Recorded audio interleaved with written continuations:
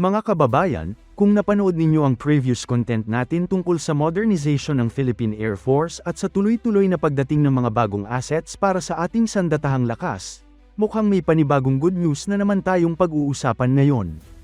At ito ay isa sa mga development na matagal nang hinihintay ng maraming defense observers at aviation enthusiasts sa bansa. Dahil sa wakas, kumpirmado na ang paglapit ng pagdating ng kauna-unahang brand new C-130J-30 Super Hercules ng Philippine Air Force.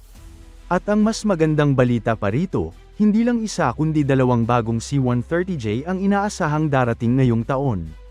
At alam ninyo mga kababayan, kapag naririnig natin ang C-130, karamihan sa atin ay iniisip agad ang malaking military aircraft na ginagamit sa paghatid ng mga sundalo, relief goods, at iba't ibang kagamitan. Ngunit itong bagong C-130J-30 ay hindi simpleng replacement lamang ng mga lumang eroplano. Ito ay isang malaking hakbang sa modernisasyon ng kakayahan ng Philippine Air Force.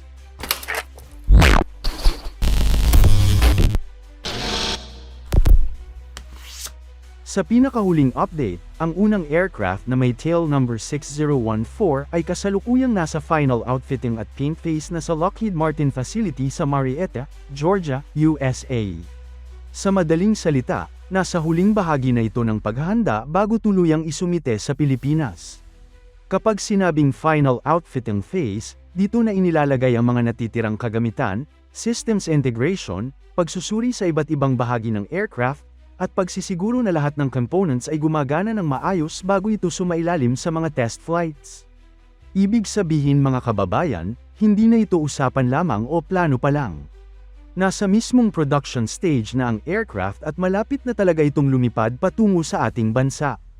Ayon sa schedule, inaasahang magsisimula ang initial test flights sa mga susunod na panahon bago ito opisyal na ma-deliver sa Philippine Air Force ngayong July 2026.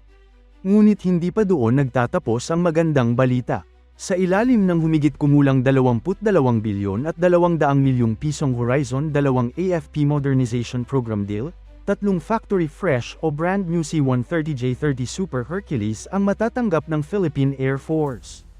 Ang unang aircraft na may tail number 6014 ay darating ngayong July 2026. Ang pangalawang aircraft naman ay inaasahang darating ngayong October 2026. At ang ikatlong aircraft naman ay target na may hatid sa January 2027. Kung mapapansin ninyo mga kababayan, halos magkakalapit lamang ang delivery timeline ng mga ito. Ibig sabihin, sa loob ng maikling panahon ay makakadagdag agad ang Pilipinas ng 3 modernong heavy airlift aircraft. At bakit nga ba napakahalaga nito? Para mas maintindihan natin, kailangan muna nating tingnan kung ano ang kalagayan ng ating airlift capability sa kasalukuyan. Sa mga nakaraang taon, malaking papel ang ginampanan ng mga C-130 aircraft sa iba't ibang operasyon ng bansa. Ginagamit ang mga ito sa pagdadala ng mga sundalo sa iba't ibang bahagi ng Pilipinas. Ginagamit din ito sa paghahatid ng pagkain, gamot, at relief goods tuwing may kalamidad. At syempre, malaking tulong din ito sa transportasyon ng mga kagamitan ng militar. Pero alam naman natin na karamihan sa mga kasalukuyang ginagamit ng Pilipinas ay second-hand aircraft o mga eroplanong matagal nang ginagamit bago pa makarating sa ating bansa. Bagamat napakalaking tulong pa rin ang mga ito, natural lamang na habang tumatanda ang isang aircraft, mas tumataas ang maintenance requirements at mas dumarami ang kailangang paglaanan ng resources. Kaya ang pagdating ng brand new C-130J-30 ay maituturing na malaking upgrade. At pagdating sa capability, maraming pagbabago ang dala ng bagong variant na ito. Isa sa pinakamalaking upgrade ay ang mas malaking cargo capacity nito. Kayang magdala ng hanggang 8 cargo pallets ang C-130J-30. Mas marami itong kayang isakay kumpara sa ilang mas lumang bersyon.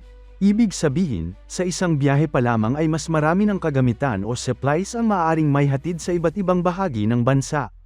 Malaking bagay ito lalo na kapag may mga emergency situation.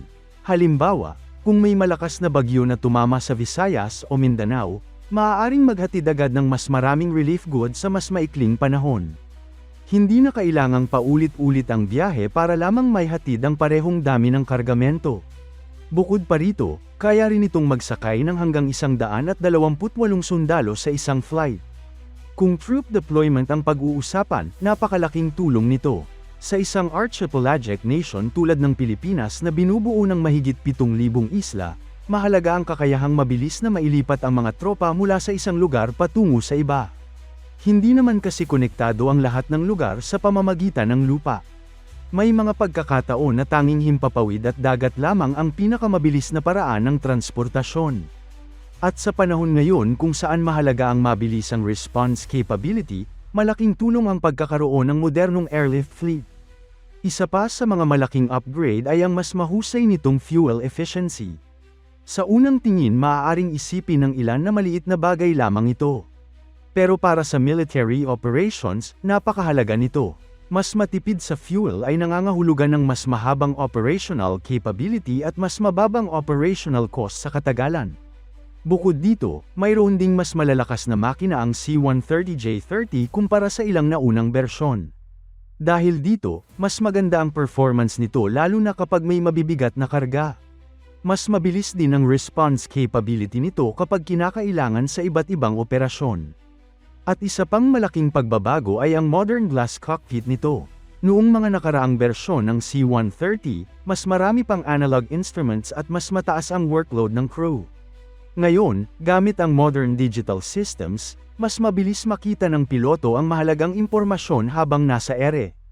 Mas maganda rin ang situational awareness. At dahil mas automated ang ilang systems, nababawasan din ang crew requirements. Sa madaling salita, mas efficient at mas modernong operasyon ang maaaring gawin. Pero kung titingnan natin ang mas malaking larawan, hindi lamang military operations ang benepisyo nito. Dahil kung tutuusin, isa sa pinakamalaking gamit ng C-130 sa Pilipinas ay disaster response. Alam naman nating halos taon-taon ay nakakaranas ang bansa ng malalakas na bagyo, lindol, pagbaha, at iba pang sakuna. Minsan may mga lugar na halos imposibleng marating gamit ang mga karaniwang sasakyan. May mga pagkakataon na nasisira ang mga kalsada at tulay. Kaya ang pinakamabilis na paraan ay sa pamamagitan ng airlift operations. At dito pumapasok ang kahalagahan ng C-130. Sa oras na kailanganin ng agarang pagdadala ng pagkain, tubig, gamot, rescue equipment, o mga tauhan, napakalaking tulong ng pagkakaroon ng modern at maasahang transport aircraft. Hindi lamang para sa military mission kundi para rin sa humanitarian assistance. At kung susuriin natin, tila malinaw na isa ito sa mga dahilan kung bakit patuloy ang pagpapalakas ng Pilipinas sa airlift capability nito.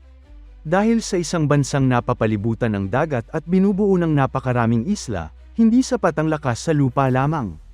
Kailangan din ng kakayahang mabilis na makagalaw sa himpapawid.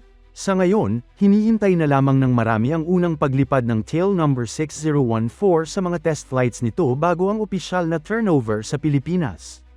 At kapag dumating na ang July, posibleng isa na naman itong malaking milestone para sa Philippine Air Force modernization. Kaya mga kababayan, mukhang unti-unti na talagang nakikita ang bunga ng mga modernization projects ng ating bansa. At habang paparating ang mga bagong kagamitan, marami rin ang umaasa na mas lalo pang lalakas ang kakayahan ng ating sandatahang lakas sa mga susunod na taon. Ano ang masasabi ninyo mga kababayan? Sa tingin ninyo ba ay malaking game changer ang pagdating ng tatlong brand new C-130J-30 para sa Philippine Air Force? I-comment ninyo ang inyong opinyon sa baba. At kung nagustuhan ninyo ang video na ito, huwag kalimutang mag-like, mag-subscribe, at i-click ang notification bell para updated kayo sa mga susunod nating defense updates.